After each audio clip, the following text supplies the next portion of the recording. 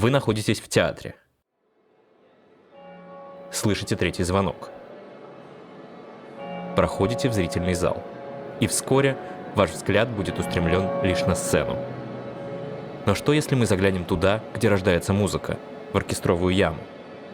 В этом нам поможет человек оркестра.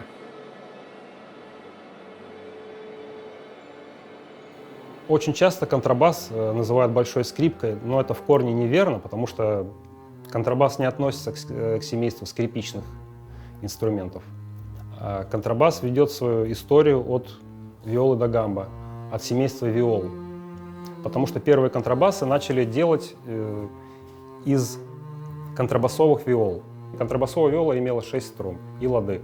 То есть убирали лады, снимали 2 струны и получался контрабас. Это начали в Кремоне делать, потом уже дальше начали делать именно контрабасы. Но изначально это был виолон, ре-виолон, или контрабасовая виола. И контрабас до сих пор сохранил черты именно виолы, потому что форма, вот эти покатые плечи, квартовый строй, которого больше нигде нет на других струнных инструментах. Ну, я бы привел в пример слова Гертовича, что Гертович — это контрабасист, известный русский контрабасист. Он играл одновременно и на скрипке, и на контрабасе. И он говорил, что на контрабасе нужно играть точно так же, как на скрипке, только немного нижнего.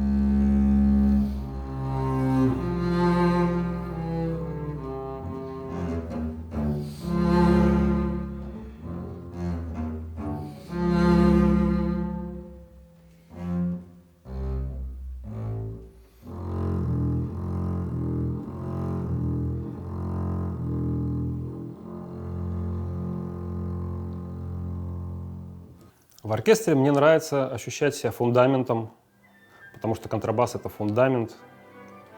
И даже если партия какая-то не виртуозная, не яркая, не сольная, это все равно фундамент, и это все равно чувствуется. Потому что ведь когда стоит дом, фундамента его не видно, но если фундамент плохой, дом упадет. Также и контрабас в оркестре. Часто он незаметен очень, но если группа контрабасов играет плохо, то плохой фундамент, и в целом ничего не строится в оркестре.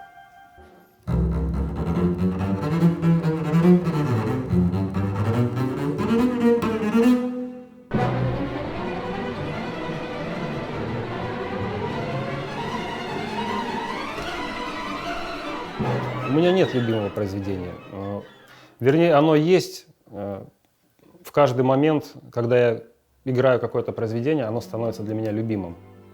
Ну, последнее, что мы играли в камерном оркестре, это играли лирическую сюиту Берган, и до сих пор я нахожусь под впечатлением от работы над этим произведением. Ну, наверное, вот на данный момент это у меня любимое произведение.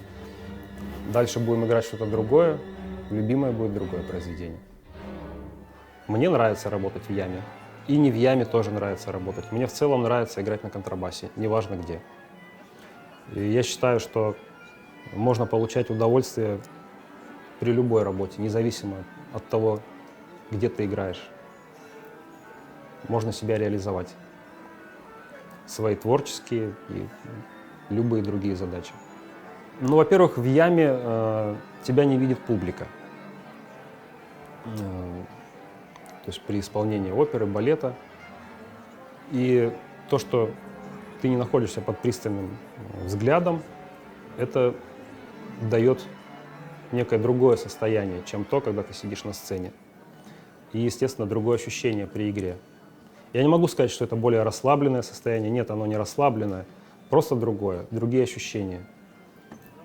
И я считаю, что очень важно, чтобы музыкант играл как в яме, так и на сцене.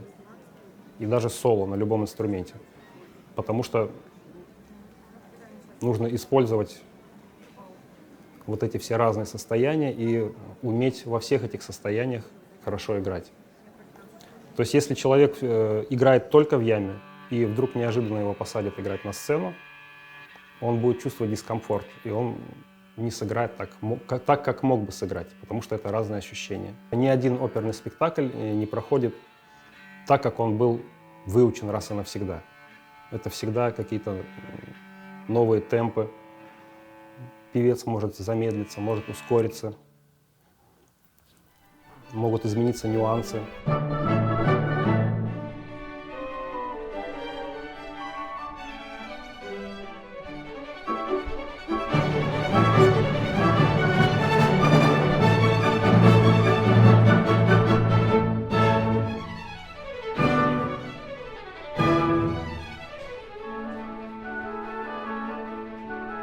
В общем, для меня оперу играть, я бы сказал, сложнее, чем симфонию. Сложнее не технически, а сложнее именно психологически.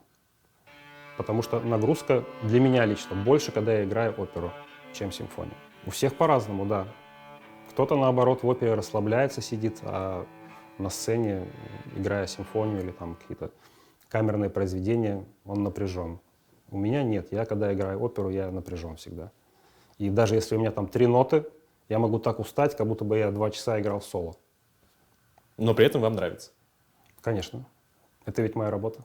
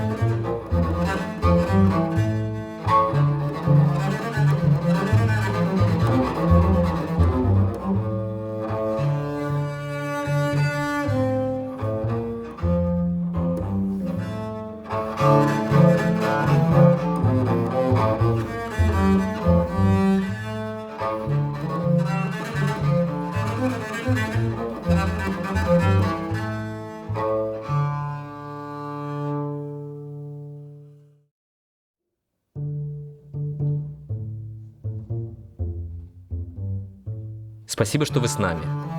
Подписывайтесь на наш YouTube-канал, следите за нашими соцсетями, чтобы не пропустить все самое интересное. Увидимся в театре.